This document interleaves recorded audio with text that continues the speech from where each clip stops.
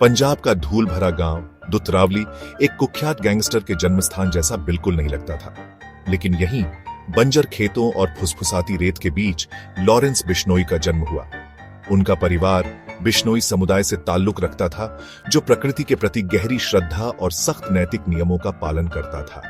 उनके पिता हरियाणा पुलिस में एक पूर्व कांस्टेबल ने उन्हें अनुशासन और अधिकार के प्रति सम्मान की भावना दी। लेकिन युवा लॉरेंस के मन में अपने गांव की सीमाओं से बहुत आगे तक जाने की महत्वाकांक्षाएं थीं।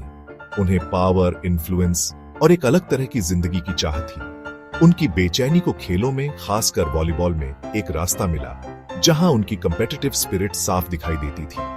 लेकिन यही जुनून, डोमिनेट करने की यही तीव्र इच्छा आखिरकार उन्हें एक अंधेरे रास्ते पर ले जाएगी। बिश्नोई समुदाय, जो अपने शांतिपूर्ण तरीकों और पर्यावरण संरक्षण के बिलीफ्स के लिए जाना जाता है, लॉरेंस जैसे व्यक्ति के उदय के लिए एक विडंबनापूर्ण पृष्ठभूमि बन गया। उनकी कहानी उनकी विरासत के सिद्धांतों के बिल्कुल विपरीत होगी, जो नेचर और नर्चर, परंपरा और उल्लंघन के कॉम्प्लेक्स इंटरप्ले का प्रमाण है।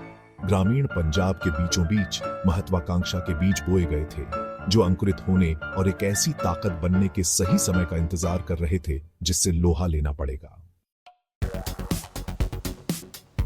अपने गांव के धूल भरे मैदानों को पीछे छोड़कर लॉरेंस बिश्नोई पंजाब और हरियाणा की बसलिंग राजधानी चंडीगढ़ पहुंचे। उन्होंने डीएवी कॉलेज में दाखिला लिया। दुनिया में अपना रास्ता बनाने के लिए उत्सुक शहर अपनी मॉडर्न अमेनिटीज और कॉस्मोपॉलिटन क्राउड के साथ अवसरों की एक दुनिया का वादा करता था। लेकिन प्रोग्रेस की चमक के नीचे क्राइम और वायलेंस का एक डार्क अंडरबेली छिपा था। एक ऐसी दुनिया जो जल्द ही लॉरेंस को अपनी ओर खींच लेगी। डीएवी कॉलेज के गलियारों में ही लॉरेंस की छिपी अग्रेशन को एक नया रास्ता मिला। छात्र चुनावों के दौरान एक मामूली विवाद एक बड़े झगड़े में बदल गया, जो कानून से उनकी पहली मुठभेड़ थी। फरवरी 2011 में उनके खिलाफ एक एफआईआर दर्ज की गई, जो उस जिंदगी का एक भयानक संकेत थी जिसे वह अपनाने वाले थे। चंडीगढ़, जो एक ब्राइटर फ्यूचर के लिए उनका स्टेपिंग स्टोन बनने वाला था, वह क्रूसिबल बन गया जिसमें गैंगस्टर लॉरेंस बिश्नोई को ढाला गया। उन्हें शहर के क्रिमिनल फ्रेटर्निटी में अपने जैसे लोग मिले, जो उनकी पावर और इनविंसिबिलिटी की ऑरा से आकर्षित थे। कभी यूथफुल आइडियलिज्म से प्रेरित स्टूडेंट लीडर एक रूथलेस ऑपरेटर में बदल रहा था, जो अपनी महत्वाकांक्षाओं को पूरा करने के लिए किसी भी कानून को तोड़ने, किसी भी विरोध को कुचलने के लिए तैयार था। मॉडर्निटी और प्रोग्रेस का प्रतीक चंडीगढ़ शहर ने अनजाने में ही उनके मेटामॉर्फोसिस के लिए स्टेज प्रदान किया था। लॉरेंस बिश्नोई अब छोटे मोटे कैंपस झगड़ों से संतुष्ट नहीं थे। उन्होंने बड़े खेल की तलाश की। उन्हें कुख्यात गैंगस्टर जग्गू भगवानपुरिया में एक मेंटर मिला और उनके मार्गदर्शन में उन्होंने ऑर्गेनाइज्ड क्राइम की क्रूर दुनिया में एक क्रैश कोर्स प्राप्त किया। इस गठबंधन ने बिश्नोई गैंग के जन्म को चिह्नित किया, एक फॉर्मिडेबल फोर्स जिसने जल्द ही पंजाब और उसके बाहर एक लंबी छाया डाली। लॉरेंस की रूथलेस एम्बिशन और भगवानपुरिया के अंडरवर्ल्ड कनेक्शन से प्रेरित होकर गैंग के टेंटिकल्स तेजी से फैले। उन्होंने नरेश शेट्टी, संपत नेहरा और सुक्खा कहलों जैसे अन्य कुख्यात अपराधियों के साथ गठबंधन किया, जिससे टेरर का एक नेटवर्क बना जो स्टेट लाइंस तक फैला हुआ था। एक्सटॉर्शन, किडनैपिंग्स और मर्डर्स उनका स्टॉक इन ट्रेड बन गए। उनकी रूथलेसनेस ने क्रिमिनल अंडरवर्ल्ड में शॉकवेव्स भेज दी। बिजनेसेस उनके नाम के मात्र उल्लेख से कांप जाते थे। आम नागरिक उनके क्रोध के डर से जीते थे। बिश्नोई गैंग कानून के प्रति अपनी बेशर्मी और हथियारों के बढ़ते आर्सेनल के साथ तेजी से एक ऐसी ताकत बन रही थी जिसे नजरअंदाज करना मुश्किल था। चंडीगढ़ की पिछली गलियों से लेकर नेशनल स्टेज तक लॉरेंस बिश्नोई की बदनामी बढ़ती गई, जो उनकी चालाकी और उनके क्रिमिनल एंटरप्राइज की भयानक पहुंच का प्रमाण थी। ज्यादातर अपराधियों के लिए जेल में जाना उनके राज का अंत होता है, लेकिन लॉरेंस बिश्नोई के लिए जेल बस एक और हेडक्वार्टर्स बन गई। उन्होंने सोशल मीडिया की पावर का इस्तेमाल किया, खुद को एक डिजिटल डॉन में बदल दिया। जेल के अंदर से चिलिंग एफिशिएंसी के साथ अपराधों को अंजाम दिया। फेसबुक और व्हाट्सएप उनका वर्चुअल ऑफिस बन गए, इंटिमिडेशन और कंट्रोल के उनके टूल्स। 150 से अधिक फेसबुक अकाउंट्स और कई पेजेस के साथ लॉरेंस बिश्नोई ने डिजिटल रेल्म को अपने पर्सनल स्टेज में बदल दिया।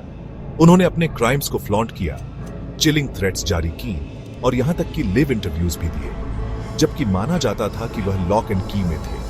उनकी ऑडेसिटी ने लॉ एनफोर्समेंट एजेंसीज को चौंका दिया और एक ऐसे पब्लिक को मोहित कर लिया जो उनकी बेशर्मी से डरती भी थी और अजीब तरह से फैसिनेटेड भी थी। उनकी पहुंच जेल की दीवारों से बहुत आगे तक फैली हुई थी। उन्होंने नए मेंबर्स की रिक्रूट करने, अपने लेफ्टिनेंट्स को ऑर्डर्स जारी करने और अपने क्रिमिनल एम्पायर पर अपनी पकड़ बनाए रखने के लिए सोशल मीडिया का इस्तेमाल किया। पुलिस उन्हें रोकने में पावरलेस लग रही थी। सर्वेलेंस और इंटेलिजेंस गैदरिंग के उनके ट्रेडिशनल मेथड्स बिश्नोई की डिजिटल डोमेन की मास्टरी से पिछड़ गए थे। वह मशीन में एक गोस्ट बन गया था, एक फैंटम मेनेस जो डिजिटल शैडोज से इंप्यूनिटी के साथ काम कर रहा था। कहानी यहां एक डार्क टर्न लेती है। यहीं पर एक लंबे समय से सुलग रही ग्रज आखिरकार भड़क उठती है। लॉरेंस बिश्नोई खुद को रॉन्ग्ड और बिट्रेड महसूस करते हुए अपना बदला लेने की योजना बनाने लगता है। गुस्से और अन्याय की भावना से प्रेरित होकर उसके एक्शंस और भी कैलकुलेटेड और भी रूथलेस हो जाते हैं। यह एक पिवटल मोमेंट है जो उसके जीवन और उसके आसपास के लोगों के जीवन के कोर्स को आकार देगा। देखिए, ग्रजेस में एक इंसान को कंज्यूम करने की क्षमता होती है और लॉरेंस के लिए यह तो बस शुरुआत थी। एक शॉकिंग टर्न ऑफ इवेंट्स में बॉलीवुड सुपरस्टार सलमान खान ने खुद को लॉरेंस बिश्नोई से खतरे में पाया। एक्टर की जान को खतरा बताया गया क्योंकि बिश्नोई के गैंग ने उनके खिलाफ गंभीर धमकियां दी।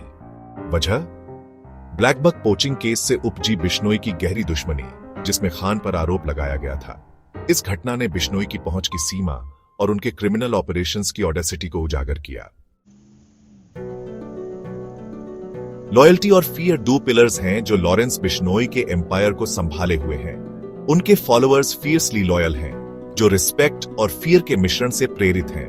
बिश्नोई अटूट एलिजेंस की डिमांड करते हैं, अक्सर ओबीडियंस सुनिश्चित करने के लिए इंटिमिडेशन का इस्तेमाल करते हैं।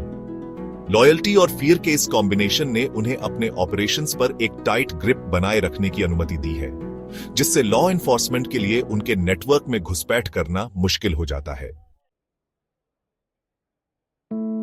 सबके मन में यही सवाल है कि क्या बिश्नोई को रोका जा सकता है? कई अरेस्ट्स और क्रैकडाउन्स के बावजूद उनका इन्फ्लुएंस बढ़ता ही जा रहा है। अथॉरिटीज को एक कठिन लड़ाई का सामना करना पड़ रहा है क्योंकि बिश्नोई के ऑपरेशन सोफिस्टिकेटेड और वेल कोऑर्डिनेटेड है। कानून से बचने और अडेप्ट करने की उनकी क्षमता उन्हें एक फॉर्मिडेबल एडवर्सरी बनाती है। चुनौती सिर्फ उन्हें पकड़ने में नहीं है, बल्कि उन्हें सपोर्ट करने वाले पूरे नेटवर्क को डिसमेंटल करने में है। डिजिटल एज में फियर और डिफायंस नए रूप ले लेते हैं। लॉरेंस बिश्नोई ने अपना मैसेज फैलाने और अपने एनिमीज को इंटिमिडेट करने के लिए सोशल मीडिया का इस्तेमाल किया है। क्रिप्टिक पोस्ट से लेकर डायरेक्ट थ्रेट्स तक डिजिटल रेल्म एक नया बैटल ग्राउंड बन गया है। बिश्नोई की डिफायंस एविडेंट है क्योंकि वह अथॉरिटीज को चैलेंज करना और अपने डोमिनेंस का दावा करना जारी रखता है। डिजिटल एज ने उन्हें एक पावरफुल टूल दिया है जिसे लॉ एनफोर्समेंट को इफेक्टिवली काउंटर करना सीखना होगा।